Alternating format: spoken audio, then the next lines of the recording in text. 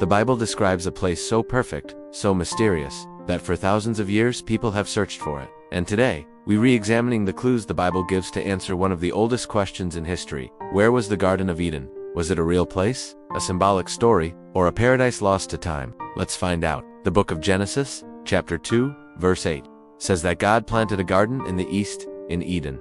So right away, we have a direction. Then, it gives us even more specific geographical clues.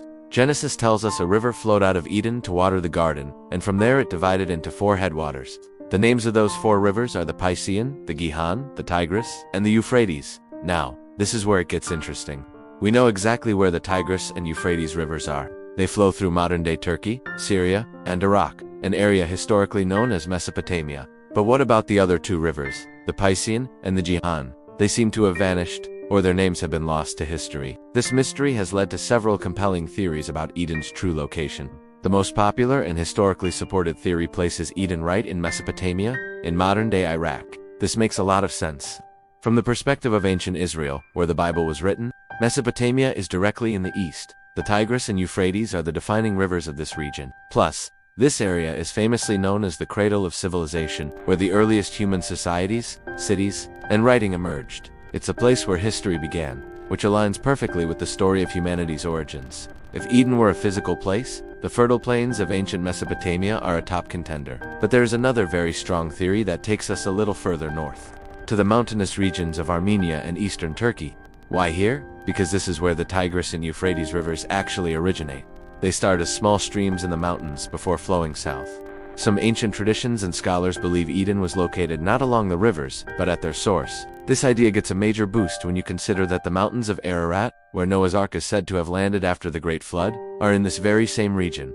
It seems this part of the world holds a special significance in the biblical narrative.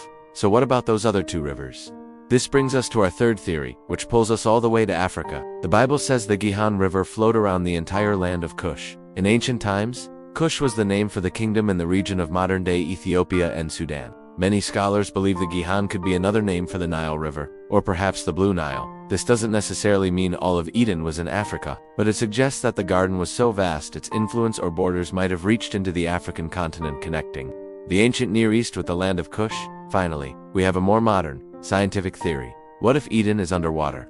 Some geologists and archaeologists proposed that the Garden of Eden might be at the bottom of the Persian Gulf. Satellite imagery has revealed what appear to be ancient dried-up riverbeds on the seafloor. The idea is that during the last ice age, when sea levels were much lower, this area was a fertile valley, fed by 4 rivers, the Tigris, the Euphrates, and 2 others that are now submerged.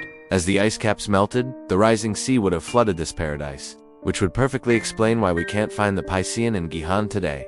They're not gone, they're just hidden beneath the waves. So, where is Eden today?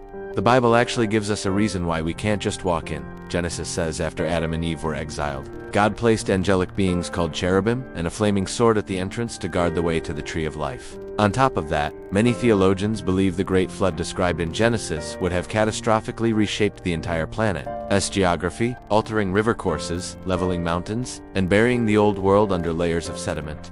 The world before the flood might look nothing like the world we know today, making it impossible to pinpoint Eden on a modern map. Ultimately, while searching for a physical location is fascinating, the true message of Eden is about something deeper than geography. It was a place where humanity walked in a perfect relationship with God. It was a symbol of harmony, peace, and divine presence. That original Eden may be lost, but the Bible's story doesn't end there. The final book, Revelation, describes a new, restored paradise with a river of life and a tree of life, echoing the imagery of Eden. Whether Eden was in Mesopotamia, Armenia, or beneath the sea, the Bible's message is clear. Eden's door may be closed, but God's plan to restore paradise is still open. Thanks for watching, and if you enjoyed this journey into biblical history, don't forget to like and subscribe for more.